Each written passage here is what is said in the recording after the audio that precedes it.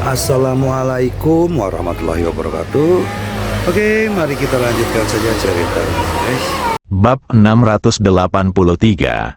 Mencintaimu dengan lebih tulus dan tulus. Lantai bawah Villa Hui Hui Yuan, Ji Fei menstabilkan mobilnya lagi, duduk di dalam mobil, mengeluarkan ponselnya, dan mulai memainkannya. Seng Lingyun bahkan tidak melihat barang-barang yang dia masukkan ke dalam mobil. Seng Lingyun meminta anak buahnya untuk memasukkan barang-barang ini ke dalam mobil yang tadi ada di klub kematian Zui Sengmeng. Ji Fei tidak peduli. Sekarang, aku masih tidak peduli. Ji Fei, apa aku sangat mengganggumu? Fitur wajah asli Seng Lingyun dipenuhi dengan kesedihan karena kesedihan. Matanya penuh kebingungan dan bahkan rasa sakit yang mendalam. Ji Fei melirik Seng Lingyun, dan hatinya melembut. Namun, memikirkan tujuan kedatangannya, Ji Fei tahu bahwa dia tidak boleh berhati lembut. Jika tidak, dia akan memiliki ilusi dan rencana baru. Tetap diam, Seng Lingyun menitikkan air mata dan merasa sangat terhina. Jika dia ingin tinggal di villa, dia bisa membeli villa manapun di kompleks ini, bahkan villa nomor 1 yang diberikan Anjia kepada Ji Fei, dia bisa datang. Tapi sekarang, aku harus menderita ketidakpedulian Ji Fei, dan hatiku seperti pisau. Buka pintunya dan aku sendiri yang akan memindahkan barangnya. Ji Fei tidak mengatakan apa-apa, tetapi dengan santai mengklik teleponnya, dan pintu villa terbuka secara otomatis. Kamu bisa tinggal sendiri di kamar di lantai 1. Setelah Ji Fei selesai berbicara, dia terus memainkan ponselnya. Seng Lingyun benar-benar ingin bertanya pada Ji Fei apakah ada wanita cantik seperti dia di telepon. Suatu hal yang aneh. Betapa buruknya. Membuka pintu mobil sambil membawa 2 tas pakaian, dia berjalan menuju rumah. Karena dia sedih, dia menangis saat dia berbalik. Ji Fei melihat bahu Seng Lingyun dan menoleh dengan cepat. Dia tidak ingin tergerak oleh rasa kasihan Seng Lingyun. Seng Lingyun memasuki villa, menemukan ruangan yang cerah di lantai pertama, meletakkan barang-barangnya, menarik napas dalam-dalam 2 kali, menyeka air matanya dengan tisu, berbalik dan kembali mengambil pakaiannya. Dengan cara ini, 1 orang berpindah 7 atau 8 kali, dan hanya tersisa separuh barang di mobil. Seng Lingyun sangat lelah hingga dia berkeringat dan lengannya mulai terasa sakit, tetapi dia masih mengertakkan gigi dan bertahan. Dia mengambil sebuah kotak merah muda dan berjalan menuju rumah. Ji Fei bahkan tidak melihatnya. Setengah jam berlalu dalam sekejap mata. Tetapi Seng Lingyun tidak keluar. Ji Fei berbalik dan melihat. Di mana orang-orangnya, mau tidak mau bergumam. Berpikir bahwa dia mungkin sakit kapan saja, Ji Fei tidak bisa duduk diam. Buka pintu mobil dan cepat masuk ke villa. Begitu dia memasuki villa, Ji Fei tercengang. Kotak merah muda yang baru saja dipindahkan Seng Lingyun jatuh ke tanah, dan pakaian di dalamnya berserakan di lantai. Semuanya adalah pakaian dalam, dengan berbagai warna dan model, dan beberapa di antaranya bisa membuat orang mimisan hanya dengan melihatnya. Seberapa panas tampilannya di tubuh Anda, istri saya, Li Ruoxi, tidak pernah mengenakan pakaian dalam seseksi itu. Melihat Seng Lingyun lagi, wajahnya penuh kesakitan, dan dia merangkak di tanah dengan susah payah mencoba mengemas pakaian ini. Kakinya tidak berfungsi lagi, saat Ji Fei melihat adegan ini, hatinya merasa rumit. Dia menghela nafas dan berjalan mendekat. Biarkan aku membantumu. Tak perlu, Seng Lingyun menoleh ke samping dan berkata sambil menangis. Ji Fei mengabaikannya dan mengangkat tangannya untuk membantunya mengemas pakaiannya. Jangan bergerak, itu celana dalamku, Aku sudah memakai semuanya, dan baunya seperti badanku. Seng Lingyun tersipu malu dan berteriak untuk berhenti. Kalau kamu merangkak seperti ini, kapan kamu bisa mengambilnya? Ji Fei berkata dengan marah. Hidup dan matiku tidak ada hubungannya denganmu. Kenapa kamu peduli padaku? Seng Lingyun memarahi dengan marah. Wanita gila. Ji Fei memarahi, menarik pakaian itu, memasukkannya ke dalam kotak, dan membawanya ke kamar yang dipilih Seng Lingyun. Mata Seng Lingyun yang berkaca-kaca bersinar karena kegembiraan, dan dia diam-diam berkata di dalam hatinya, aku akan punya alasan untuk mengganggumu mulai sekarang. Ji Fei telah kembali, dan dia dengan cepat berpura-pura marah dan marah, sengaja melihat ke samping. Ji Fei langsung mengulurkan tangan untuk memeluk leher dan kakinya. Jangan sentuh aku, jangan sentuh aku, Seng Lingyun berjuang keras. Jangan gila, apakah kamu ingin berbaring di tanah selamanya? Ji Fei memarahinya dengan marah, mengangkatnya dan berjalan ke kamar tidur. Ji Fei, apakah kamu akan teh hanya karena kamu melihat celana dalamku? Seng Lingyun berpura-pura gugup di wajahnya. Apa yang kamu bicarakan? Apa yang bisa saya lakukan? Ji Fei berkata dengan marah. Jangan berbohong padaku, kamu tahu situasimu sendiri. Seng Lingyun melirik celana Ji Fei. Ji Fei. Baru saja matanya penuh dengan pakaian dalam. Dia tidak ingin melihatnya, tapi dia harus melihatnya. Sekarang saya secara tidak sadar selalu memikirkan penampilan batin Li Ruoxi ketika dia mengenakan gaya ini, jadi itu tidak bisa dihindari. Ji Fei dengan cepat menarik napas dalam-dalam. Boom, dia langsung melemparkan Seng Lingyun ke tempat tidur. Aduh, Seng Lingyun menjerit kesakitan. Karena kamu ingin menderita, tunggu sampai kamu pulih perlahan. Setelah Ji Fei selesai berbicara, dia berbalik dan keluar. Ji Fei, kamu mesum, bajingan besar, munafik, Seng Lingyun berteriak dengan marah. Ji Fei sangat kesal sehingga dia membuka pintu mobil, mengeluarkan barang-barangnya, dan membawanya ke kamar. Kamu boleh tinggal di rumah, aku akan mencari istriku. Setelah mengatakan itu, dia berbalik dan pergi. Seng Lingyun tercengang saat melihat Ji Fei benar-benar menolak mengobati penyakitnya. Ji Fei, aku salah. Tolong bantu aku menyembuhkannya dengan cepat. Wuhu. Seng Lingyun sudah mulai menangis. Aku sedang tidak mood untuk memedulikanmu. Ji Fei tahu bahwa begitu Seng Lingyun mendapat masalah, dia tidak akan pernah berhenti berbicara. Jadi dia berbalik dan pergi. Seng Lingyun berteriak cemas. Setelah beberapa saat, dia mendengar suara mesin mobil Ji Fei menghilang dan tiba-tiba tertawa. Aku tidak percaya kamu akan selalu berhati keras. Ada kegenitan di matanya dan senyuman di wajahnya. Matanya tertuju pada kotak merah muda. Aku tidak lebih buruk dari istrimu. Dan aku tahu cara berdandan. Cepat atau lambat kamu akan jatuh cinta padaku. Ji Fei sangat muak dan marah atas kepindahan Seng Lingyun. Dia berencana pergi menemui Li Ruoxi dan menjelaskan masalahnya dengan jelas agar dia tidak tertipu. 10 menit kemudian, dia memasuki kantor Li Ruoxi. Apakah sudah selesai? Li Ruoxi memandang Ji Fei dan bertanya sambil tersenyum. Sayang, jangan biarkan Seng Lingyun tinggal di villa kami. Ji Fei berkata langsung. Puff, Li Ruoxi tersenyum, meletakkan penanya dan menatap Ji Fei. Suamiku, ternyata aku semakin mencintaimu. Ji Fei tercengang. Apa maksudmu? Karena ketulusanmu, karena kepolosan emosionalmu. Li Ruoxi memandang Ji Fei dan berkata dengan serius.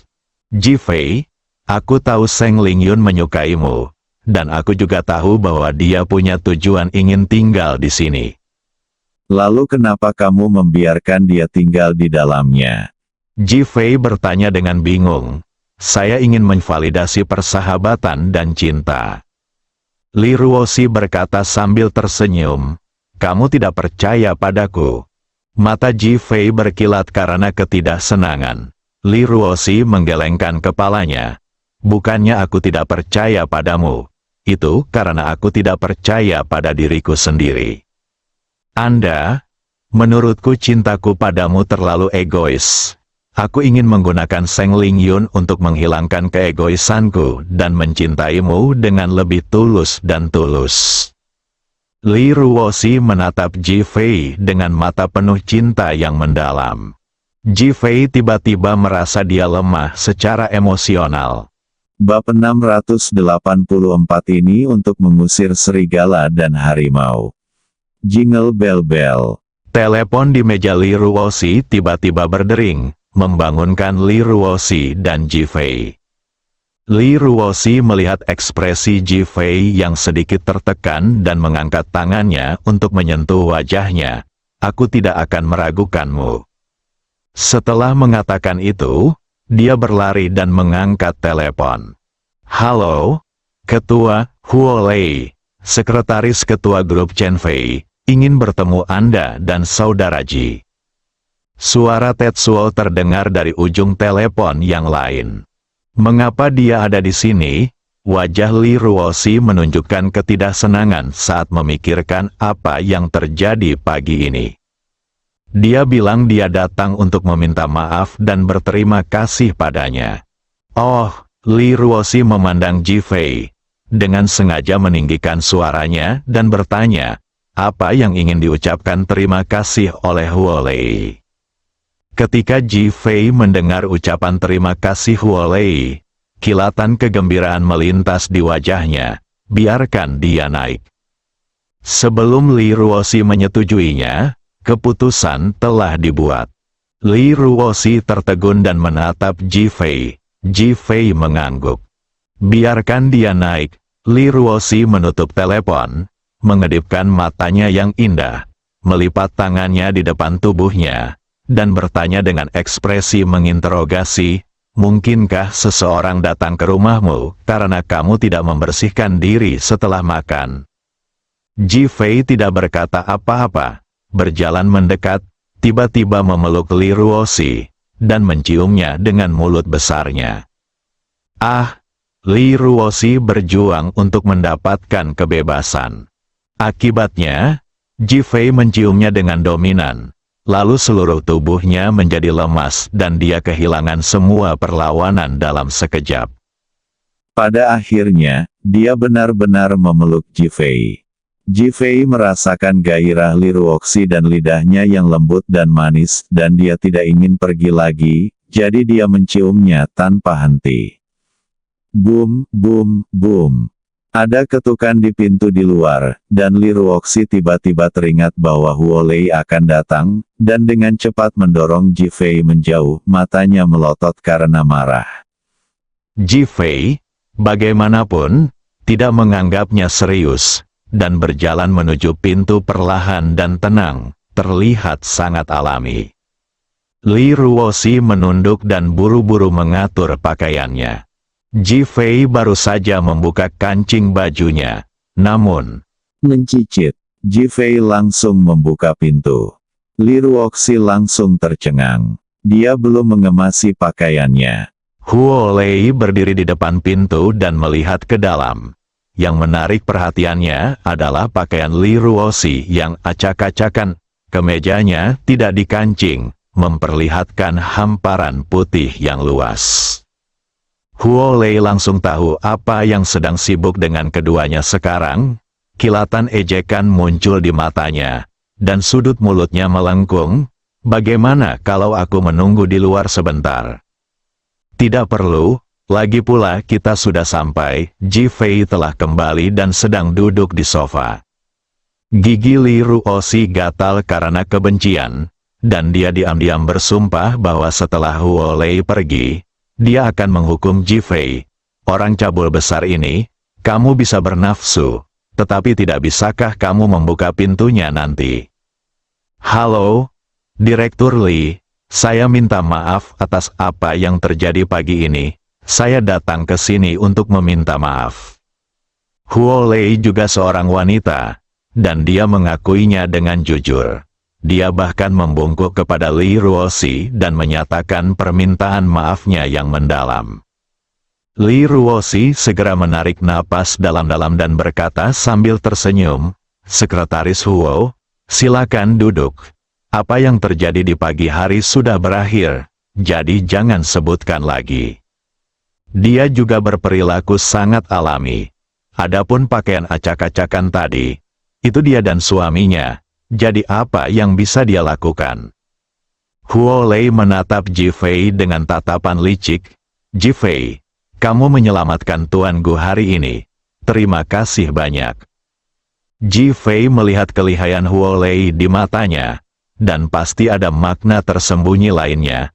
Dia tersenyum dan berkata, "Saya orang yang sangat rendah hati." Puff, Huo Lei tertawa terbahak-bahak. "Direktur Lee, suamimu lucu sekali. Menurutmu, apa yang dia ingin aku ucapkan terima kasih?" Li Ruoxi sudah tenang sekarang. Grup Li kami tidak perlu bekerja sama dengan grup Chen Fei. Jadi pertanyaan tentang rasa terima kasih ini agak sulit. Dia tahu bahwa Huo Lei sombong dan mengandalkan kekuatan grup Chen Fei untuk memiliki postur tubuh yang lebih unggul dari orang lain. Jadi dia tutup mulut terlebih dahulu. Huo Lei tercengang. Dia tidak menyangka Li Ruoxi begitu sombong. Tahukah Anda, banyak orang yang menantikan kerjasama dengan Chen Fei Group. Li Ruoxi sebenarnya tidak mempedulikan hal ini, tidak tertarik sama sekali, dan sedikit terkejut. Dan sebelum datang, dia menelepon ibunya Zhao Mengchen. Zhao Mengchen mengaguminya karena datang ke sini untuk berterima kasih kepada Ji Fei, dan bahkan mengatakan kepadanya bahwa dia akan memberikan 10% saham grup Chen Fei kepada grup Li. Hal ini mengejutkan Huo Lei pada saat itu dan memberitahu Lu Qingzong yang terbangun. Ini menunjukkan bahwa Zhao Mengchen sangat menghargainya dan sangat peduli padanya. Saya hanya tidak menyangka akan diberikan begitu banyak bagian. Namun, dia tidak keberatan dan meminta Huo Lei segera menerapkannya. Akibatnya, sekarang Li Ruoxi langsung memblokir kata-katanya. Tidak kooperatif. Jika kami tidak bekerja sama, bagaimana kami bisa meminta bagian Anda? Tidak yakin bagaimana harus merespons. Ji Fei memandang Huo Lei, "Bagaimana kabarmu, Chen Fei Group ingin berterima kasih padaku. Katakan padaku dan biarkan aku mendengarnya, dan itu juga akan membuat hatiku tergerak." Huo Lei merasa malu sekarang. Akhirnya, dia tersenyum putus asa. "Awalnya, kami berencana memberi Anda 10% saham perusahaan." Li Ruoxi langsung menggelengkan kepalanya. Ji Fei juga segera menggelengkan kepalanya. "Chen Fei Group sangat kuat, tapi kami tidak tertarik." Wajah cantik Huo Lei menunjukkan ekspresi malu. Setelah beberapa kali berhubungan dengan Ji Fei, ia mengetahui bahwa karakter Ji Fei bukanlah sesuatu yang bisa disuap oleh orang biasa, apalagi orang yang peduli pada hal-hal biasa.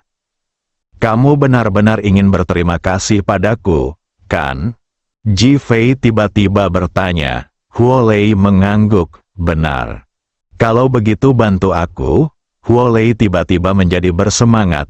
"Apa masalahnya? Tanya saja." Grup Chen Fei Anda telah menghubungi grup Hongke untuk bekerja sama dengan mereka. Grup Hongke, Huo Lei mengetahui tentang Hongke Group. Itu adalah perusahaan besar di kota Ningjiang. Dia bahkan mendengar dari ibunya bahwa perusahaan ini memiliki latar belakang yang kuat dan dia tidak boleh berhubungan dengannya untuk saat ini. Sekarang, Ji Fei sebenarnya memintanya untuk bekerja sama. Itu untuk suatu tujuan. Huo Lei berpikir keras. "Tidak, kalau begitu lupakan saja, kami tidak perlu berterima kasih." Jifei berkata langsung. Huo Lei menggelengkan kepalanya. Saya benar-benar tidak bisa memutuskan masalah ini. Bagaimana kalau Anda menunggu jawaban saya? Bisa, Jifei langsung menyetujuinya. Huo Lei memandang Li Ruoxi dan berkata, Direktur Li, kami ingin menjamu Anda dan istri Anda di jamuan makan malam ini. Saya ingin tahu apakah kami dapat membantu Anda. Li Ruoxi memandang Jifei. Sekarang dia ingin Chen Fei Group bekerja sama dengan Hongke Group. Jifei telah mengatakan sebelumnya bahwa grup Hongke adalah targetnya. Dia mendengarkan pendapat Jifei tentang cara menangani masalah grup Chen Fei. Oke, Jifei mengangguk setuju. Huo Lei santai dan menunjukkan kegembiraan. Kalau begitu kita akan memesannya di kamar pribadi musim semi kembali ke bumi di Hotel Ningjiang pada malam hari. Jifei mengangguk lagi. Huo Lei berdiri dan berkata, saya tidak akan mengganggu kalian berdua lagi. Saat kita makan malam, saya akan menyampaikan permintaan Anda. Oke, ayo pergi. Jifei juga tidak ingin tinggal. Huo Lei, agak memalukan. Sepertinya aku sudah melakukannya terlalu banyak. Tapi memikirkan adegan yang baru saja kulihat, kupikir aku mengganggu urusan baik pasangan itu, jadi aku langsung tersenyum dan mengangguk. Sampai jumpa nanti malam. Sampai jumpa malam ini, Li Ruoxi menjawab lebih dulu. Huo Lei pergi, dan Li Ruoxi buru-buru menatap Jifei. Mengapa kamu membiarkan mereka bekerja sama dengan grup Hongke? Sanleng Group ada di sini dan ingin bekerja sama dengan Hongke Group. Seringai muncul di wajah Jifei. Mengapa mereka ada di sini lagi? Li Ruoxi bertanya dengan tergesa-gesa karena dia memiliki bayangan atas grup Sanleng ini. Apa yang kamu takutkan? Sekarang Rika Anzai adalah salah satu dari kita, dan dia ada di sini untuk bekerja sama mengurus grup Hongke untuk kita. Ini adalah hal yang baik. Lalu kenapa kamu melepaskan Chen Fei Group lagi? Li Ruoxi bertanya dengan heran. Ini berarti mengusir serigala dan harimau. Bersambung.